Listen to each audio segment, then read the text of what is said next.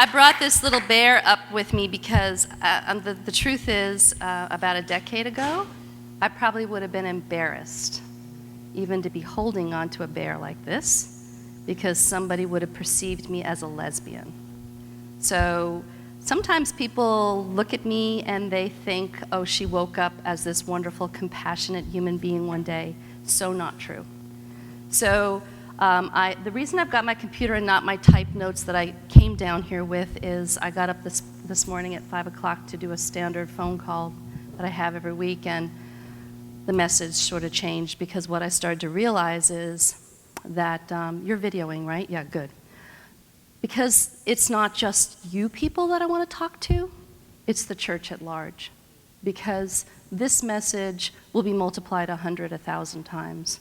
And so the message is for the church at large, because I could encourage you, and I would love to encourage you, but there's a bigger message here. And so what I'm going to talk to you about is my testimony, because it's pretty powerful, of how I got to be an ally to the GLBT community, and why I think I was kind of built for it, and then the work that I do, and then I want to look at briefly the history of homosexuality in history, and what it says in the Bible or doesn't say in the Bible, and then what marriage is in the Bible, and what we perceive it to be, and what marriage is in history, and then how we blend all those things together, and then, in the culture that we're in, how do we then engage the church?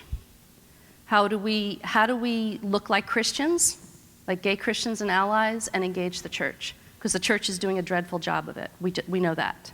Jesus needs a new PR program, and I think the gay Christian community is that PR program. So, and I am not shining you on with that one at all, because I spend a lot of time in churches and I see more grace and mercy and forgiveness and the fruits of the Spirit in the gay Christian community than I do in the church at large. So the church needs you. Well, I guess I could sit down because that would be the end. The church needs you, don't go anywhere. But so honestly, I would have been very embarrassed that somebody would have perceived me as a lesbian. So I'm straight. I'm a mother of two. I have two children, 25 and 27. Both of my children are straight. People ask that all the time. So I have no dog in this fight. I'm just in it because of the compassion and call on my life from my Savior. I mean, right? So there you go. I was raised in New York City. I was raised, and that's probably part of why I can fight back. I've got that chip on my shoulder, chip in my heart, chip under my skin. We're just kind of people that just say, no. So I've got that in me. It's got to be tamed all the time. All the time. So I'm learning how to do that. But I was raised by a single mother. And my dad left when I was 2. And I experienced discrimination in the Catholic Church because I was raised in the late 50s. I was born in 56, raised in the late 50s, early 60s in an Irish Catholic community in New York. And when I went to the Catholic school that I went to, I was the only child from a family that was divorced in the Catholic school I went to. About 40% of the kids I went to school with still had brogues, first-generation Americans. Very strong sense of marriage in the Irish Catholic community in New York. So that when my father committed adultery and left my mother, she was the scarlet A on her, and she was abandoned by the Catholic Church. And so I had no language to discuss that. There was so much shame within divorce. It sounds crazy, but there was so much shame within divorce in a Catholic family at the time that I was outcast. I spent a lot of time hiding. I never even said to my best friends that I didn't have a father. How did I ever accomplish it, right? But I would say he worked late at night, he traveled a lot, like I even understood any of that. I didn't understand any of it. But what I did see as a child was the way my mother was treated. And I knew my mother to be nothing but love. So when I saw that the way the church treated her, I guess that planted a seed in me. I've been writing a book lately, and it's been making me go back and say, why God did my trajectory lead here? And I see that that's part of it, is that I had a heart for fairness and justice as a child because I saw the way my mother was treated. I'm going to fast forward so that my Roman Catholic friends don't be offended by my stance on Catholicism. My mother's a Catholic. My mother only came back to God if she ever was there in the first place, at the age of 74. And the way she did was, just through example of my own life, she was going through a moving from the East Coast to Arizona, and I went back east to help her for 8 days, and at the end of that, I hadn't gotten frustrated at her or cursed at her or dropped anything or broken anything, and I cleared a 2-story house out with 74 years of stuff. My stepfather, who had died, was a pack rat, and in 8 days, I cleared out that house of good temper. So my mother at the end of it looked and said, okay, there's something in her. She's been talking about it for years, but I actually see it now. So my mother came back to the Lord at her age of 74, and a few years ago, I arranged in Reno, where I live, for a Catholic priest to apologize to my mother in the name of the church. And so I arranged this, and I brought her into town, and I wanted someone to apologize, because I do a straight apology. I go around from pride event to pride event, and I apologize to people for what the church has done to people, so I realize the value of apology. So I arranged for a Catholic priest in town to sit down with my mother in an office and have my mother tell the story. And the two of them end up, well, me too, crying and apologizing to my mother for what the church had done to her 50 years ago in abandoning her and casting her out. So that's coming. But this is part of my background. So I was married at 27. The first 7 years were fabulous, sort of. They're good. And about year 7, there were some issues. And because I'm a high achiever by nature, I couldn't understand why my marriage was falling apart. And I actually realized 1 year into marriage that it was falling apart, and I was not a Christian.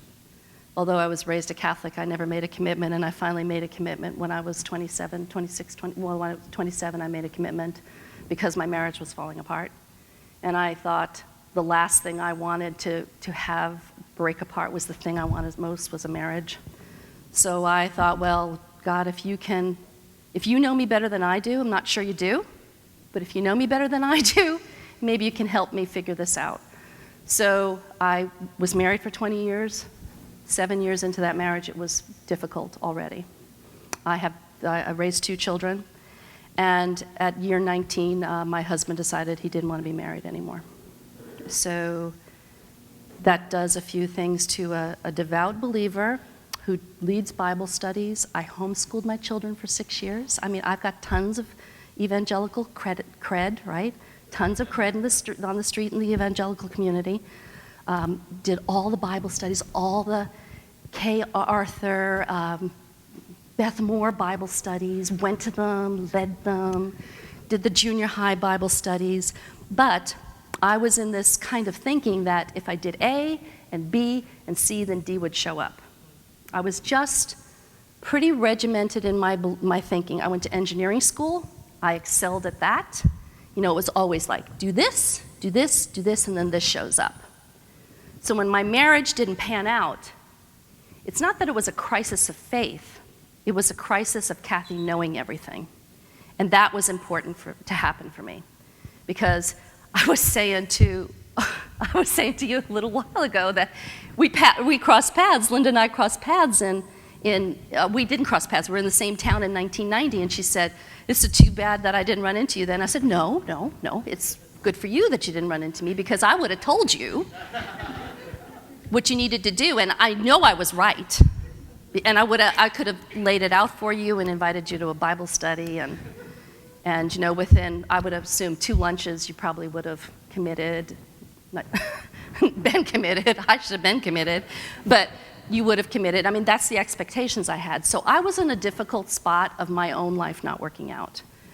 And because what I do when I'm happy, when I'm sad, when I need to think, when I need to do anything, I hit trails. That's why the ministry is called Canyon Walker Connections. I walk in canyons every day. I live in the Sierra, and I was up on the trails hiking, and I kept running into the same woman all the time, and I thought one day that I think I'll walk with this person. So I got back to the bottom of the trailhead, and she was just starting up, and I actually said to her, "Do you mind if I turn around now and walk with you for a while?" And I ended up walking with Netto. She's a big part of my story. I didn't have any gay friends that I knew of before that. And I figured out when I got back to her truck and I saw, a rainbow thing on her truck.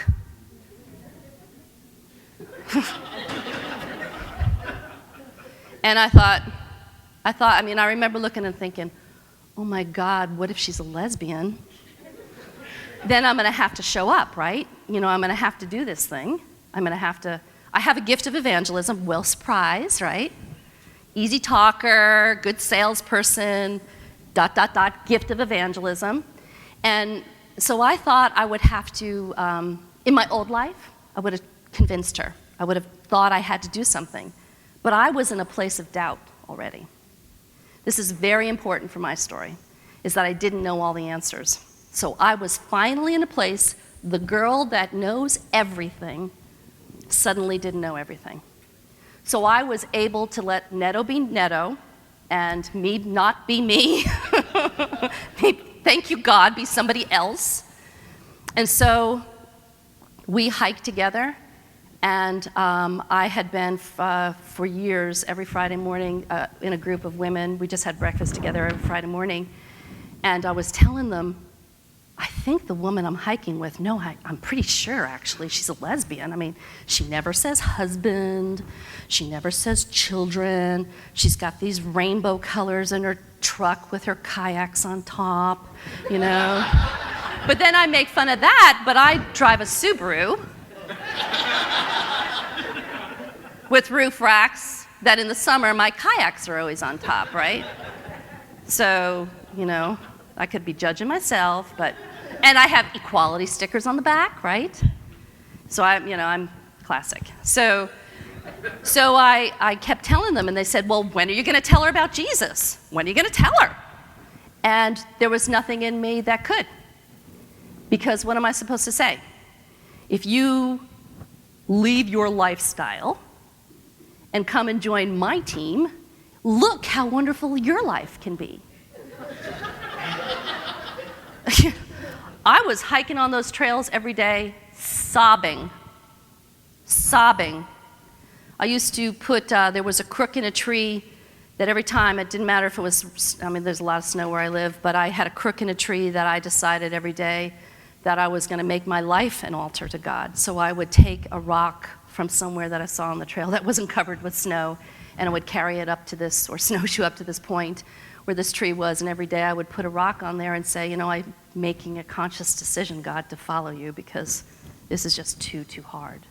So how am I supposed to take that kind of peace, joy, and righteousness and export it to a lesbian? It just didn't work in my head. So for the next 5 years, well, within a year, Neto came out to me. But by the time she came out to me, I already loved her. So it didn't matter. And I remember just putting my hand around her waist and saying, as she said to me, Kathy, I've got to tell you this, I'm a lesbian. And I said, is like that all you got? Because she said, I'm really afraid to talk to you about this. I'm like, okay, can we just go for this hike? And so then she started bringing me into her social circles. So did Kathy the next day then wake up as an advocate? Absolutely not. That was 2001. For the next 5 years, I hiked with Neto, and she started bringing me into her social environments. So I was hanging around with a lot of lesbians, almost every lesbian party I had ever gone to. Like, there's a difference between lesbian party and straight girl parties. Well, actually, there are. There isn't. Actually, if you've ever been to a lesbian gift exchange at Christmas, they look totally different than the church girl gift exchanges at Christmas. Those girls fight over the flashlight sets and the socket sets, and and this, and I'm like, somebody knew that I was going to be there, so they brought a cupcake carrier because they knew that I was going to be there. So when somebody opened up that should have had the socket set, the cupcake carrier, I was like, that is mine. And the other one said, Kathy, we all know it's yours. You're going to end up with it. Calm down. But in the straight girl parties, it's like lotions and note papers with irises on it. So the parties really are different. But, so I was hanging around in the parties for 5 years. Never met a gay Christian. Not once. So my paradigm of gay and Christian was fine.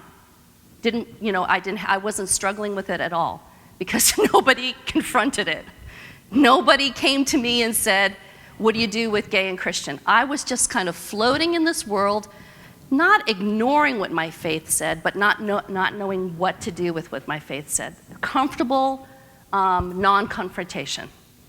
But then, so that was 5 years of that. But in 2004, I specifically remember watching the returns, the election returns. And there were either 18 or 19 states that year that had some kind of form of marriage on the ballot.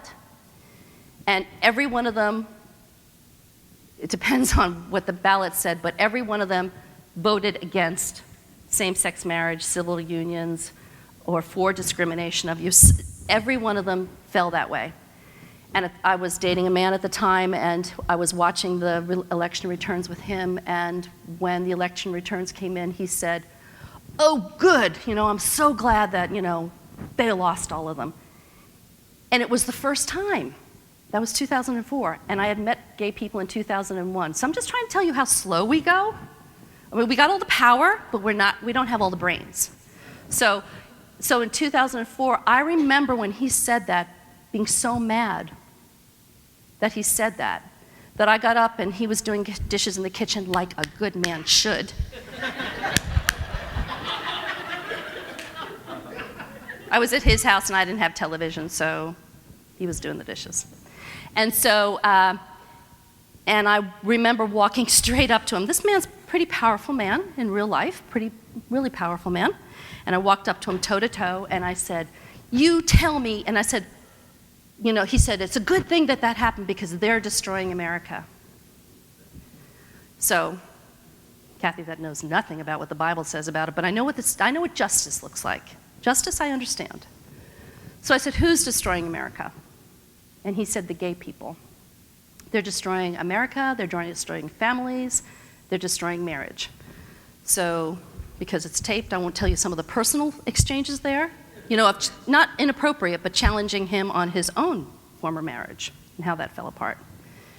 And I was so angry, and it was the first time I remember feeling a sense of injustice about the GLBT community. It's the first time ever during the elections. And I felt like somebody had punched me in the throat, and it was so painful. It was just so painful to think about this group of people being discriminated against. Never had it before. And so the next day did Kathy wake up, Miss Loving Advocate? No, certainly not. So, excuse me. So what happened was, in 2006 at the end of the year, 2006 at the end of the year, I happened to be watching something, reading the New York Times, and there was an article on the Gay Christian Network in the New York Times. And it was on the front page, and because I was reading the digital copy, I could not believe I saw the words gay and Christian together. Now, I've been hanging around, this is 2000 into 2006. Since 2001, I've been hanging out with gay people, very comfortably. And now all of a sudden I see the words gay and Christian, and I really did sit there at my computer and think, like, how is this? How is this even possible? And I'm educated, I'm social, I hang around with gay people, and I don't know that there's gay Christians. And as I said, no one had confronted me on this issue at all.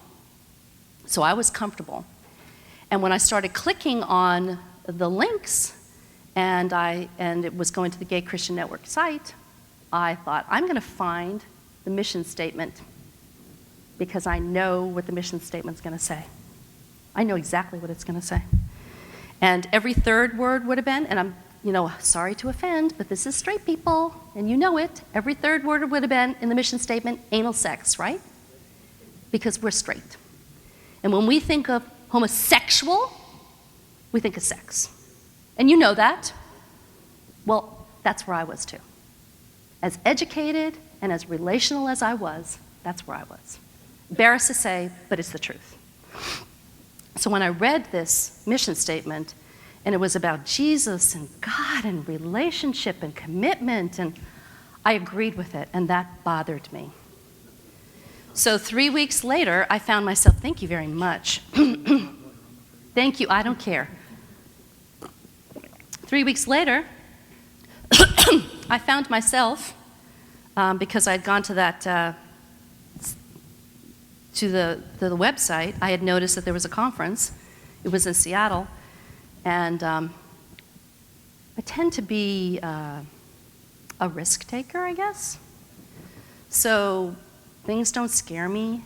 So when I saw that there was a conference, I thought, maybe I should go to this thing. And when I went, I called Justin Lee up. I tracked him down because, believe me, if I want you, I will hunt you down, and I will find you. And this is to my detractors. Anyone that follows me knows recently I found someone that had been hunting me down for years.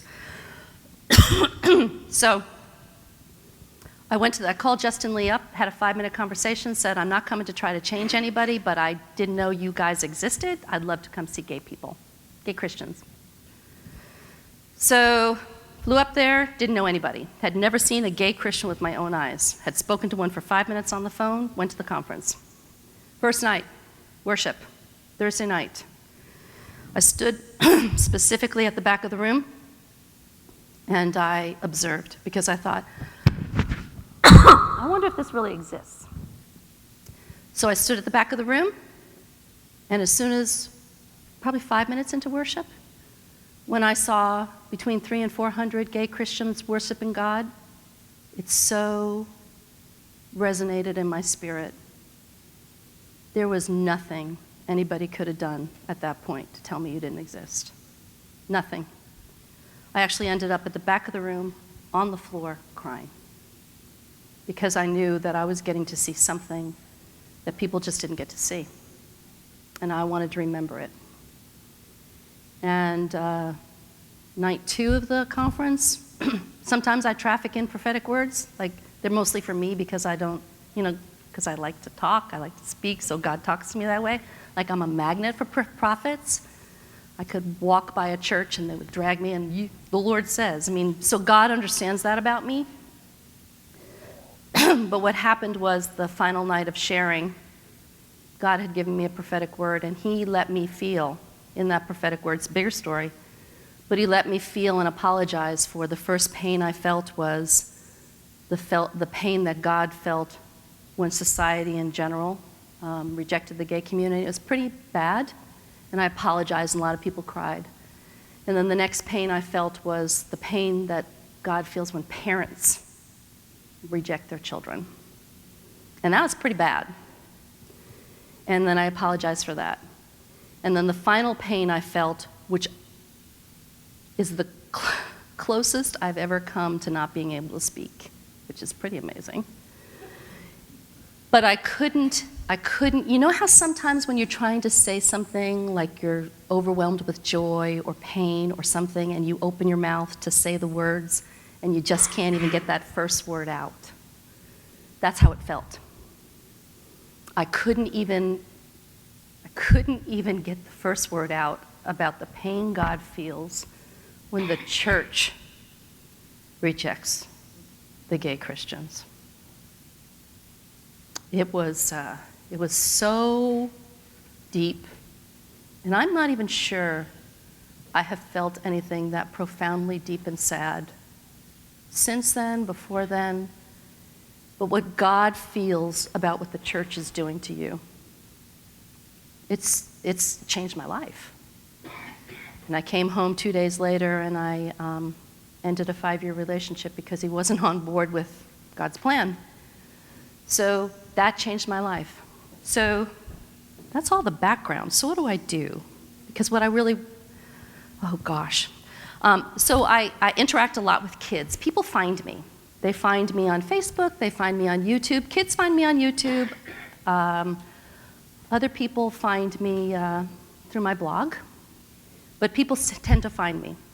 And I'm good at connecting people. I'm good at taking a kid that's in a desperate situation, connecting him with an organization that at least he can find support in, with mentors in the gay Christian world that I trust, with pastors that might be affirming in his area, with churches that might be affirming in their area, with just some kind of help. So I do that a lot. I've become sort of a clearinghouse also for straight people, because about 5 years ago, I would have done big happy dances when one straight person contacted me a month and said, okay, you're not crazy, I kind of get what you're doing, and I'd like to understand what you're doing, but now it's happening all the time. All the time. And what I'm getting more of that's very pleasing is pastors. Pastors that are knowing something is wrong. Unfortunately, they're not in the conservative churches. They're not in the Southern Baptist churches. They're not in the evangelical churches. There might be Methodist pastors. I love the Methodists. Oh, gosh, I love those Methodists. But I can't be one. I have to be evangelical. God, to knock on the doors of conservative churches, you can't be like those other things like Episcopalian or Presbyterian or Methodist. You got to be evangelical. But those pastors are finding me. And recently when I drove up I took a trip to the Pacific Northwest. On the way, I met with 3 different pastors. They're not courageous enough to sometimes sit down and have these conversations within their churches, but they find me and they want to Skype with me, or they want to talk to me, or they send me lots of questions. So I've been getting to do a lot of that too. So the next 2 things, which, oh gosh, I can't believe it has to be so brief, but homosexuality and the Bible. First, homosexuality and history. Because when I talk about homosexuality in the Bible, there'll be almost nothing to say if I just say these few statements. It was only in the early 1880s that a man named, got to get to the man's name right, Carl Kurt Benny. He is a bookbinder and a journalist. And he had several friends, male friends that were attracted to other male friends. We'd call them homosexuals, gay people. There was no language for that. So he noticed that there was this attraction for some of his male friends for other male friends. And he was in the bookbinding business and trafficked in literature and stuff, so, oh, surprise, surprise, there happened to be a lot of men there that were attracted to other men, right? Gay men liking the finer intellectual things in life. What a surprise. So what happened was one of his best friends committed suicide. And it bothered him, and he held on to that for a while. And then he wrote a pamphlet in the late 1880s, and there was no word for these men that were attracted to other men. So he coined the word homosexual. And in the 1890s, 2 medical journals picked up the word homosexual. And it wasn't until 1920 that word homosexual actually appeared in the dictionary. And it was 14 years later, this is a surprising thing, that the word heterosexual showed up. Does that tell you that there's no understanding of sexual orientation in the 20s and 30s? There was no understanding. The word homosexual showed up before the word heterosexual showed up. And when you look in the dictionary, both of those words, when they talk about whatever this thing is they're talking about, it's always talking about passion and lust. We talked about passion and lust a lot. A lot. So, and then it was in the 1950s, actually in 1948, that the very first Bible showed up with the word homosexual in it. So they had no word for this thing 30 years before.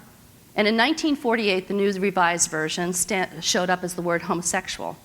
Until that point, the word had always been translated as people that traffic in this male-to-male sex trade or sexual prostitutes, but it was never talking about, committed long-term relationships. It was always talking about this passion and lust and abuse thing. And then, even in the 1968 Catholic Bible, the word that we see in our Bibles now, a lot of them, as homosexual, that word said masturbator in the Catholic Bibles. So it makes it hard on Sunday collections when you tell all the masturbators they can't come to church. Right? Maybe the priest may not even show up. So you got to do something with that word. So that word became homosexual because tiny percent of the population, minority, no one's fighting back. So, and then in 1973, now as I said, a lot of you may know this, but people watching may not know, it wasn't until 1973 that psychologists, the medical associations, started realizing this thing they were seeing between men. They were seeing it between women too, but it's the men that bother us because of that, that. So this thing they were seeing, for the first time in the world history, they started realizing this behavior they were seeing between men was not an extension of excess sexual behavior or sexual deviation or lust or mental illness. It was actually a long-term, persistent behavior and action in people. And they took it out of the books and they declassified it as a mental illness and they called it a sexual orientation. So that happened in 73, 40 years ago. But somehow, the conservative churches have not gotten the memo. They just haven't gotten the memo. So I'm wondering how 6 verses in a Bible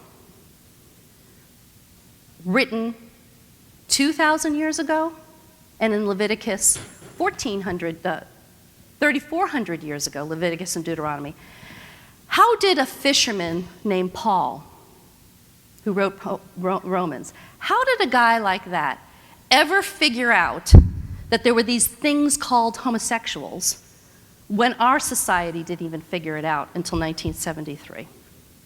So is it possible that Paul was writing about homosexuals? He was not. What they were writing about, all they understood about sexuality at that point was sexual desires and passions. So when they saw this behavior that they didn't understand that was associated with the Gentiles and the idol worshipers, that was all about sexual passions, excessive lusts. It had nothing to do with long-term committed relationships, nothing. So what does the Bible say about homosexuality? Nothing. It says nothing about homosexuality. What does it say about long-term committed relationships and fidelity and faithfulness within committed relationships? A lot. So when the Bible is asking me to behave a certain way, it's asking you to behave that certain way. But it's not asking any extra burdens on you because you are same-sex attracted. No extra burdens at all. So marriage. Let's talk about marriage because this is the big push point today. So marriage, what's the history of marriage? Of course, it's in the garden, right?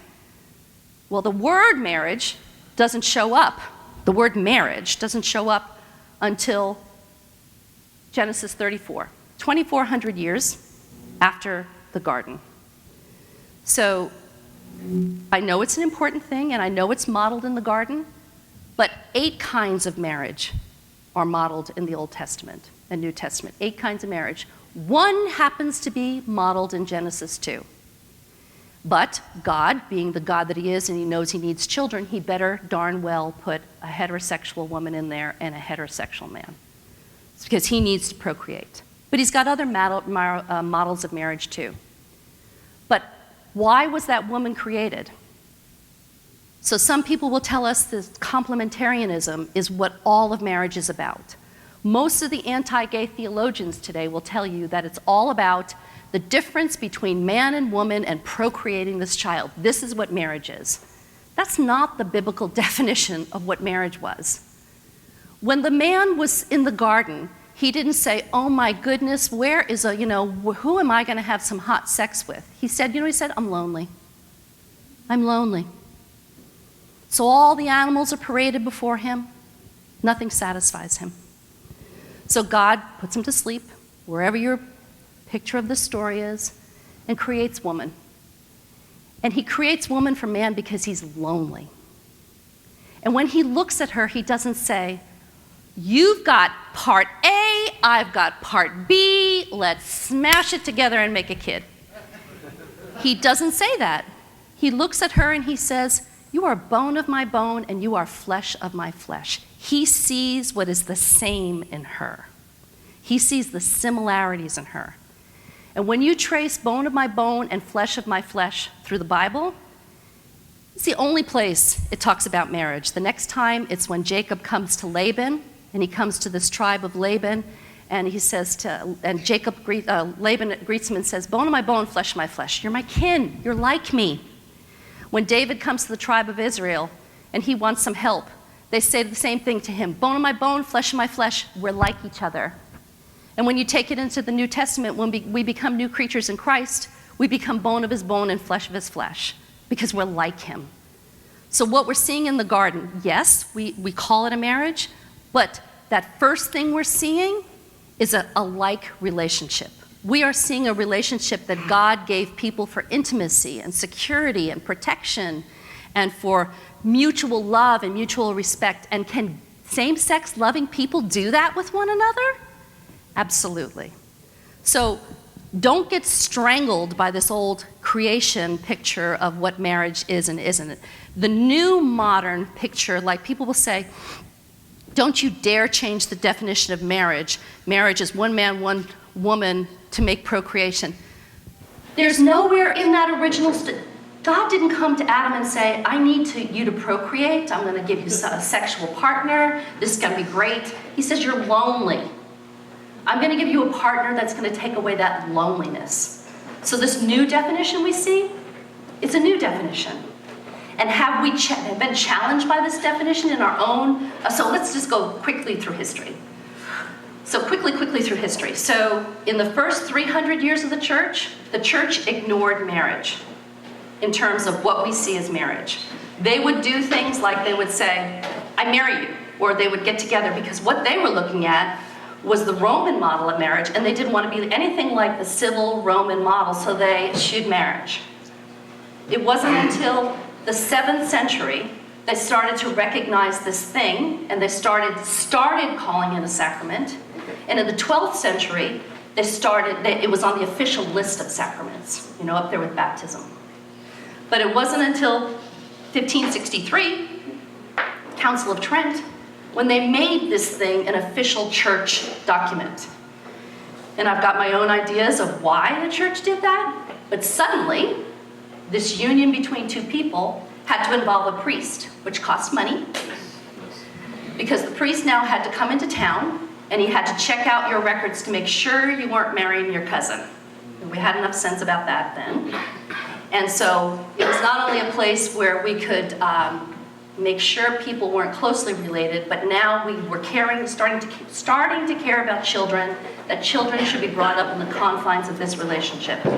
So the church started licensing marriages. And it was also in that place, just for like party fact on the side, that they also said that priests, from now on, if you were married, you couldn't do mass anymore. Because what was happening when the priests who were married, when they were dying, their holdings, their wealth, was going to the widow. And that wasn't good. It had to go back to the church. So from now on, they also decided that when the priest, if they married, they couldn't say mass. So within time, marriage for priests also died out. So a lot of stuff happened there.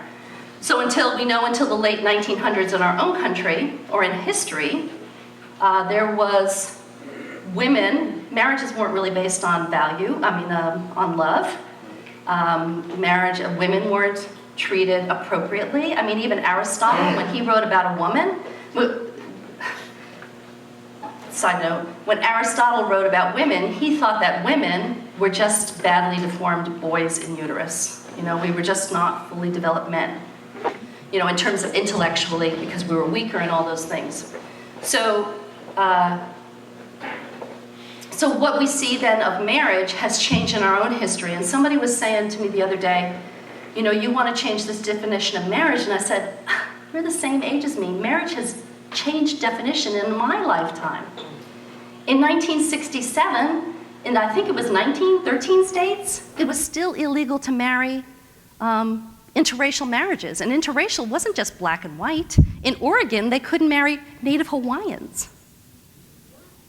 Or Native Indians. Crazy, right? Native Hawaiians, why are they on the list? So, Filipinos have been on the list, of course. All Asians have been on the list. And black people, of course, they're on the list, but let's throw in Native Hawaiians. Native Americans in South Carolina, it was Native Americans. In Oregon, Washington, it was Native Americans. So we've had these prejudices. And when 1967 came along, Loving versus the state of Virginia, only 20% of the people in the United States believed a marriage between interracial marriages were appropriate. In 1958, 4% of Americans thought interracial marriages were appropriate. And you know the excuses they used? Interracial marriages, all about sex. They're all about sex. They're unnatural. It's not in the plan of God. I mean, this sounds pretty familiar, right? But we're at a point in our country where 58% of Americans know now that marriage is a civil right. So that was 20% of Americans when the interracial marriage was, when the definition of marriage was changed. So we all know it's in the courts now, but, and I hear this a lot, is marriage a civil right? Of course marriage is a civil right. Someone said to me, show it to me in the Bill of Rights. And I said, okay, first let's look at the Constitution.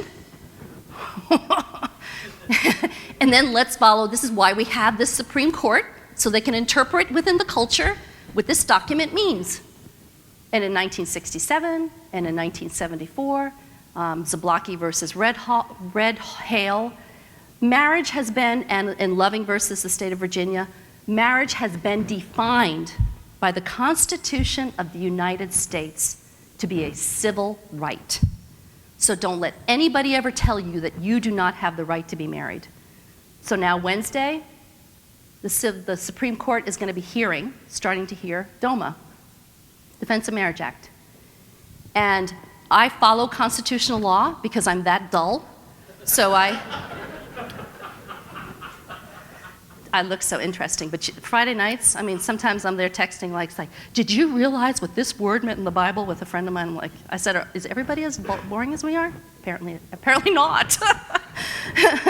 So I met the lady that's suing the United States, People versus the United States, Edie Windsor. I met her a few years ago. Little tiny lady, 83-year-old. I got to spend about an hour and 15 minutes with her at a task force meeting, met her outside of something. And at that time, and I think it was 2 years ago, Edie Windsor thought it would be 5 to 6 years before this became before the Supreme Court. And here it is. And there is no way even the most conservative of judges will not see that this needs to be struck down. It just has to be struck down. I mean, constitutional law, you follow it. So, because I've got to go faster, I want to get to the point of what the church needs to do. Oh gosh, there's so much to say. I've told people now that once God turned this button on me, and there's like hardly any way to turn it off. Okay, so the conservative church, they're the ones I deal with. The other churches are getting it. Of course, Presbyterians, Episcopalians, and yay, the Methodists. But, woo, and they're all getting it, but it's these conservative churches. I only know of one evangelical church run by a straight pastor in the United States that is gay affirming. That's pretty bad. I don't know of any Southern Baptist churches. And we are I'm going to say we because I stand in that tribe too, we are the dominant culture. So when we stand and we say that you're trying to define marriage and you're taking our family, you're breaking up our families, and you're destroying the institution itself, we're not being hateful. We have no clue. As I told you in 1973, the memo came out. It went into a, outbox for the evangelical church and the Southern Baptist Church. We never got that memo. Most of us don't realize that you haven't chosen this. That's where I was in 2001. I thought people chose to be gay. I never could have imagined a gay Christian. I thought if you followed my God, I wasn't going to say it because I didn't want to be, held accountable to witness to you about it, but if you followed my God, you too could be as wonderful as I am. But you could be straight. That was 11 years ago, 12 years ago. It's what I really believed. And I think I'm typical of the middle of the church.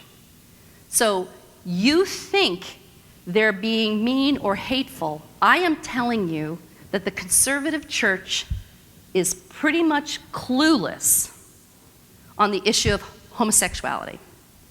They don't understand really how the whole classification of it as a mental illness happened. They've been told it was, radical gay activists that made that happen and pressuring people, the whole paradigm. They don't understand that even that marriage is a civil right. They don't understand the dangers of even reparative therapy. They don't have a clue of what this stuff is doing to their children. Because this is what I do, I can tell you they don't have the language, they don't have the understanding of this. I recently went to an ex-gay leader, came to my town, and for 4 sessions he spoke to people, and on the first night he spoke to a room of 200 12 to 18-year-olds about reparative therapy. Well, you've got to know, if you know me, you've got to know that twisted my brain around, because we've got all my hot buttons now. You just throw in transgender and you've got all my hot buttons. Because you mess with a transgender person, you get all the New York in me coming out, all of it. All of it. And so he was talking about mental illness and how dirty and disgusting the sex was. 12 to 18-year-olds for 90 minutes. And then at the end of these 4 days, there was a question and answer period.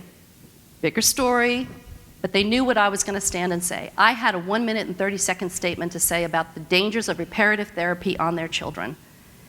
And because they knew I was there, as soon as I stood up, I said my name, and I said the beginning of my group. I said, and I'm the executive director of Canyon, and suddenly I had 5 security guards on me, 2 plainclothes policemen dragging me out of a megachurch in my town because I said my name. But my reputation, but they knew what I was going to say.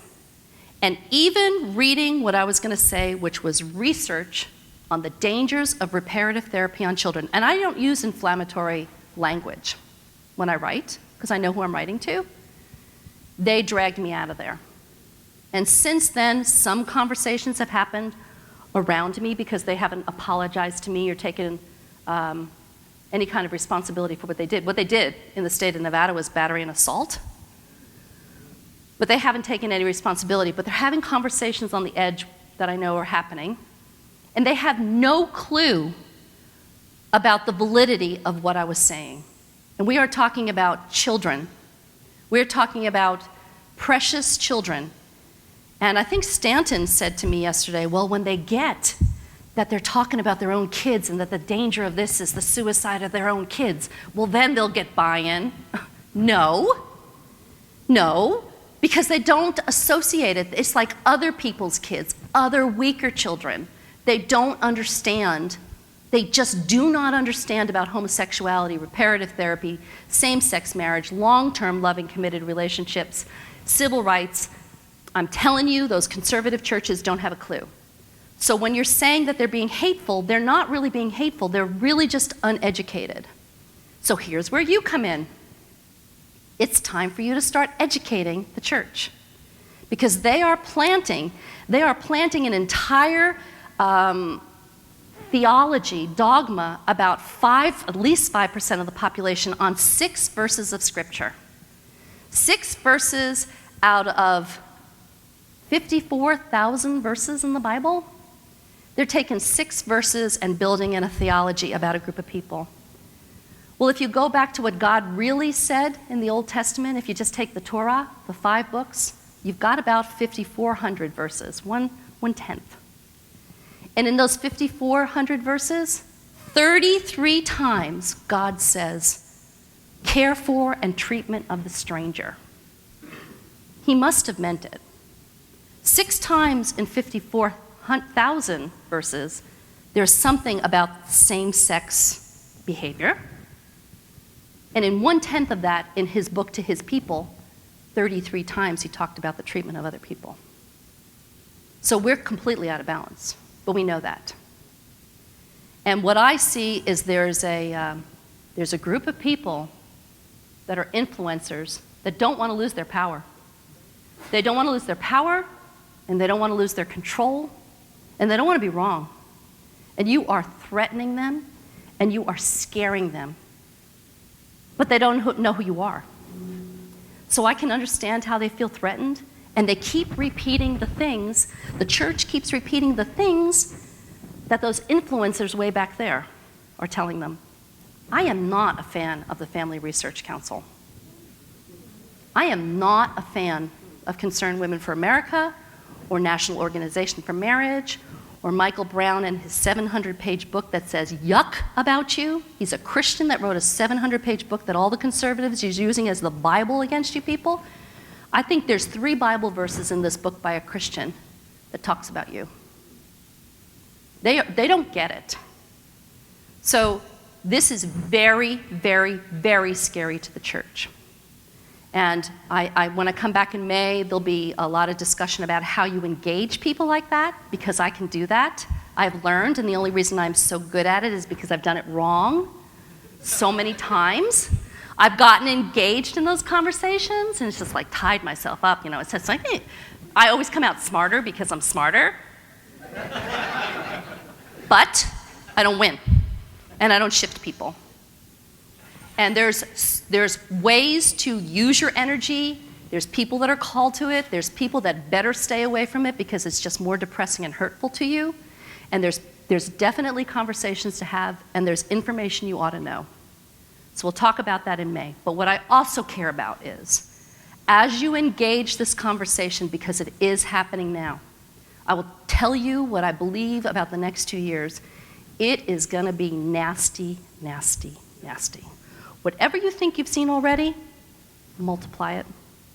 Because as the dominant culture starts to lose their power from people they do not understand, and as the Christian heterosexual loses that power position, and where in the New Testament was, the Christian as the power?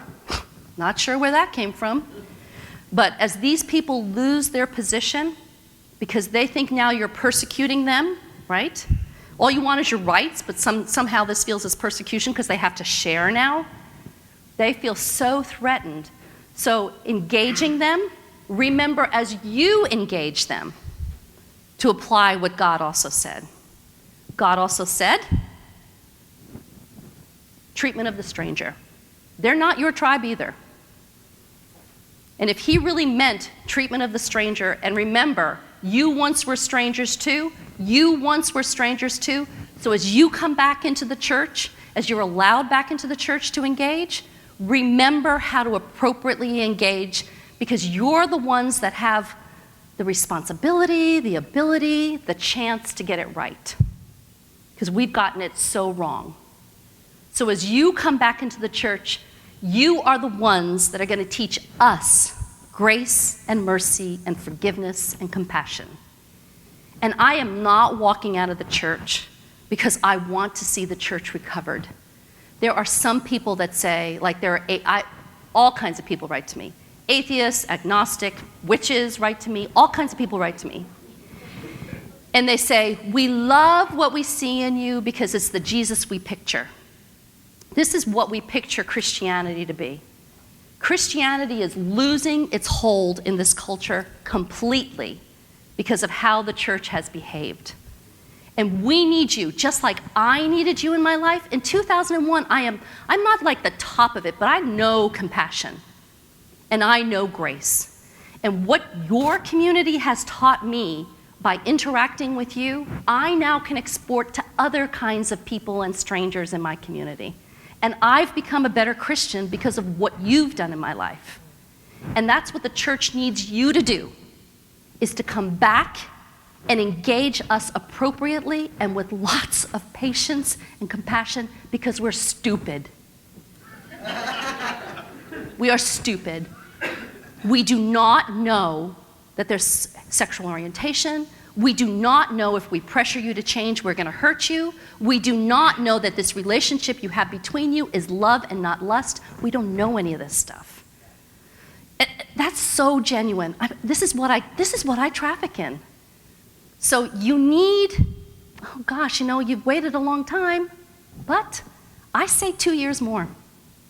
I say 2 years of nasty, nasty, nastiness. Because as you rip it out of their cold, dead hands, they are going to get nasty. So just get ready.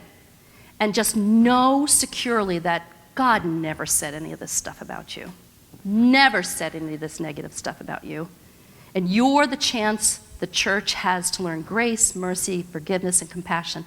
So don't abandon us while we tell you how awful you are. But I will tell you, the Christian church needs the gay Christian community. No doubt about it. No doubt about it. So don't leave us. Be nice to us.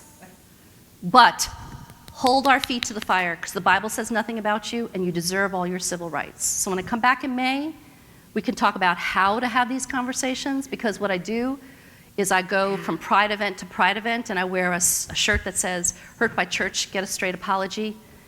And it is stunning. You've been with me. It's stunning to watch how people react when a Christian does the right thing and appropriately does what was done to my mom and apologizes and takes responsibility for something that never was intended.